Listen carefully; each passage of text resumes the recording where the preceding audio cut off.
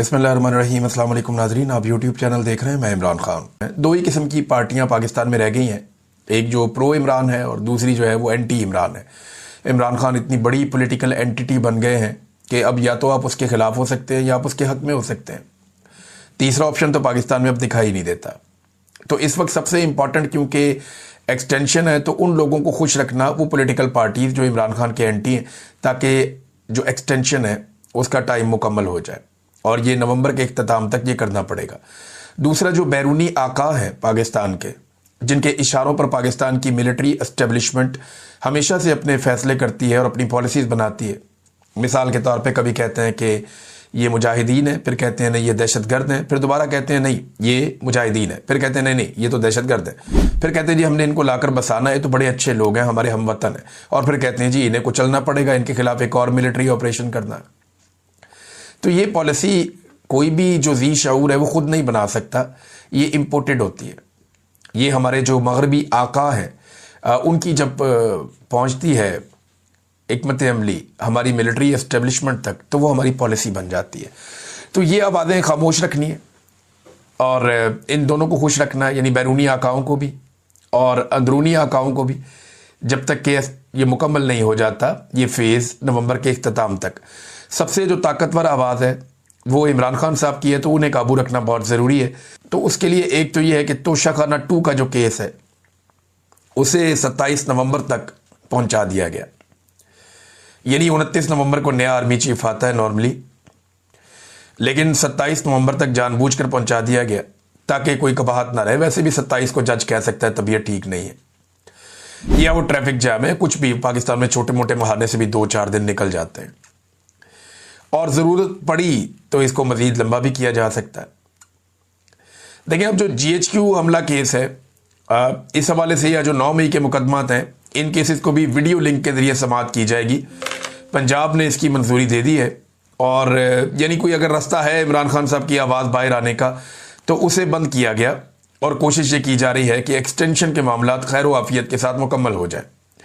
हालांकि कुछ टाउट्स गला फाड़ के बार बार ये कह रहे हैं कि जी एक्सटेंशन तो हो चुकी है, अब तो मुद्दत मुलाजमत 5 साल है, लिहाजा 5 साल के लिए ये वाला आर्मी चीफ रहेगा और नेक्स्ट आर्मी चीफ जो आएगा वो भी 5 साल के लिए आएगा।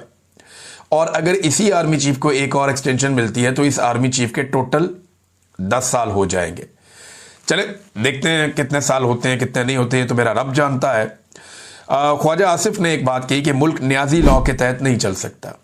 वज़ीर दिफा है पाकिस्तान के, ये इमरान खान साहब की उस बात का जवाब है जहां इमरान खान साहब कहते हैं कि मुल्क आसिम लॉ के तहत नहीं चल सकता।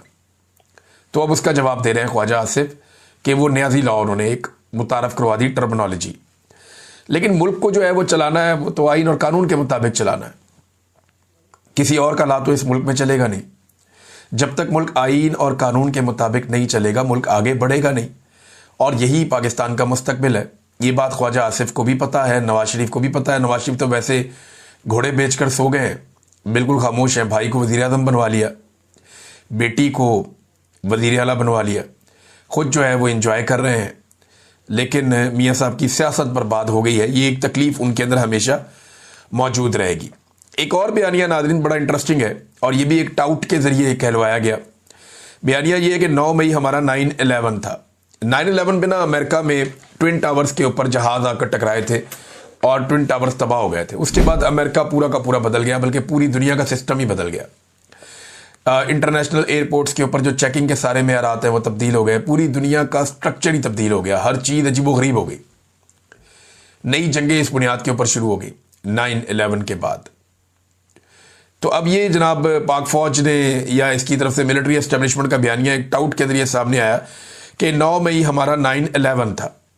लेकिन जो 9/11 था ना, उसके बाद बड़ी शफाफ इंक्वायरियां भी हुई थी, वहाँ पे कमीशन बने थे, उनकी इंक्वायरियां हुई थी। 1000 से जायद उन कमीशन के अंदर लगभग 1200 के करीब इंटरव्यूज हुए थे, लोगों के हकायक सामने लाए गए थे। इधर तो कोई इंक्वायरी नहीं हुई, वहाँ पे कोई 500-600 सफ़ात की एक तहकीकाती रिपोर्ट पड़ी हुई है, आप जाके नेट पे निकाल के आज भी पढ़ लें। पाकिस्तान में क्या हुआ? कुछ भी नहीं हुआ। हत्ता कि जो फौजी अदालतों ने सजाएं दी वो भी आज तक हमारे पास मौजूद नहीं है। और 9/11 के बाद अमेरिका का जुडिशियल सिस्टम जो है वो काम कर रहा था, वहाँ पे मिलिट्री कोर्ट्स नहीं लाई गई, ये सारा कुछ इस तरीके से नहीं किया गया। तो वो ज़रा थोड़ा पढ़ लें तो ज़रा आसानी रहेगी इन टाउटों को भी और इनके आकाओं को भी कि जनाब 9/11 और 9 मई का आप कोई तकाबली जायज़ा नहीं ले सकते। 9/11 जो है वो एक बिल्कुल अलग कहानी है दहशतगर्दी की, और उसमें वैसे भी बहुत सारे हमारे पाकिस्तान के जो एस्टेब्लिशमेंट के आला कार या हमारे एस्टेब्लिशमेंट के अपने लोग वो माजी में ये कहते रहे कि ये तो अमेरिका का अपना खेल था, ये तो उन्होंने मिल मिला के 2 नंबरी की है। बड़ी अजीबोगरीब मिथें जो हैं वो इसके बारे में मार्केट में लॉन्च की गई, जनाब ये खबर वो खबर, ये तो जनाब खुद करवाया था। तो फिर जब आप ये समझते हैं कि 9/11 उन्होंने खुद करवाया था तो 9 मई भी फिर आपने खुद ही करवाया। इमरान खान साहब तो कहते हैं कि ये एक फॉल्स फ्लैग ऑपरेशन था और कुछ भी नहीं था, यानी ये फॉल्स फ्लैग है। नाज़रीन, खैबर पख्तूनख्वा में नए सूबाई वज़रा ने हलफ उठाया। इस हवाले से 2 चीज़ें मैं आपके सामने रखूँगा। नंबर 1 तो ये कि मुख्तसर काबीना ने हलफ उठाया। अच्छे वज़ीर हैं जो सारे रखे, अच्छी शोहरत के मालिक लोग हैं जिन्हें वज़ीर बनाया गया, यानी PMLN और पीपल्स पार्टी की तरह ये जो ताकतवर बड़े लोग होते हैं, बड़े ख़ानदान होते हैं, या वो लोग जो बड़े पैसा वैसा इस्तेमाल करते हैं सियासत में, उन्हें नहीं बनाया गया, बल्कि यहाँ ये देखा गया कि कौन आदमी किस काबिलियत का मालिक है। तो एक जो काबीना बनी है उसके बारे में बहुत सारे लोग ये कह रहे हैं कि एक बैलेंस काबीना है। हाँ, ये ज़रूर कह रहे हैं कि कुछ और लोगों को होना चाहिए था, लेकिन जो है उनके बारे में कोई एतराज़ नहीं कर रहा, सवाए इसके कि कुछ लोगों ने कहा कि ख़वातीन इसमें नहीं है। ख़वातीन भाईजान कोई पल्ले से डाल लें, वो ख़वातीन लाएँ कहाँ से? एक खातून सिर्फ इलेक्शन जीती थी, सुरैया बीबी, जो जनरल नशिस्त पे जीती थी खैबर पख्तूनख्वा से, चित्राल से। वो जो खातून है उन्हें बना दिया गया डिप्टी स्पीकर। अब डिप्टी स्पीकर और वज़ीर का ओहदा साथ साथ तो नहीं चलेगा ना, या तो वज़ीर रहेंगी या डिप्टी स्पीकर रहेंगी।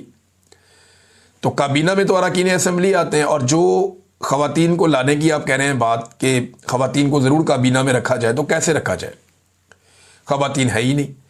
PTI की तमाम मखसूस नशस्तें छीन कर फजलुर रहमान को दे दी, नून लीग को दे दी, पीपल्स पार्टी को दे दी, ANP को दे दी, सबको दे दी।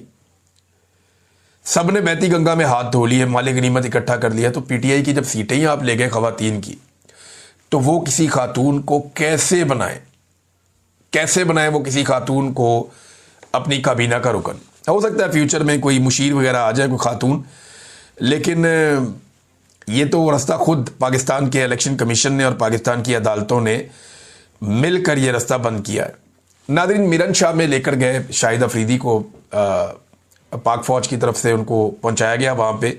ये एक स्पॉन्सर्ड किस्म का दौरा था जिसमें फ़ौज उन्हें लेकर गई, उन्हें मुख्तलिफ जगहों पे चलाया फिरा, म्यूज़िक लगाया साथ, और उनकी वॉक, उनका फिरना टुरना, ये सारा दिखाया गया। अगले वीलॉग में आपको बताऊँगा। अब तक के लिए इतनी, अपना ख्याल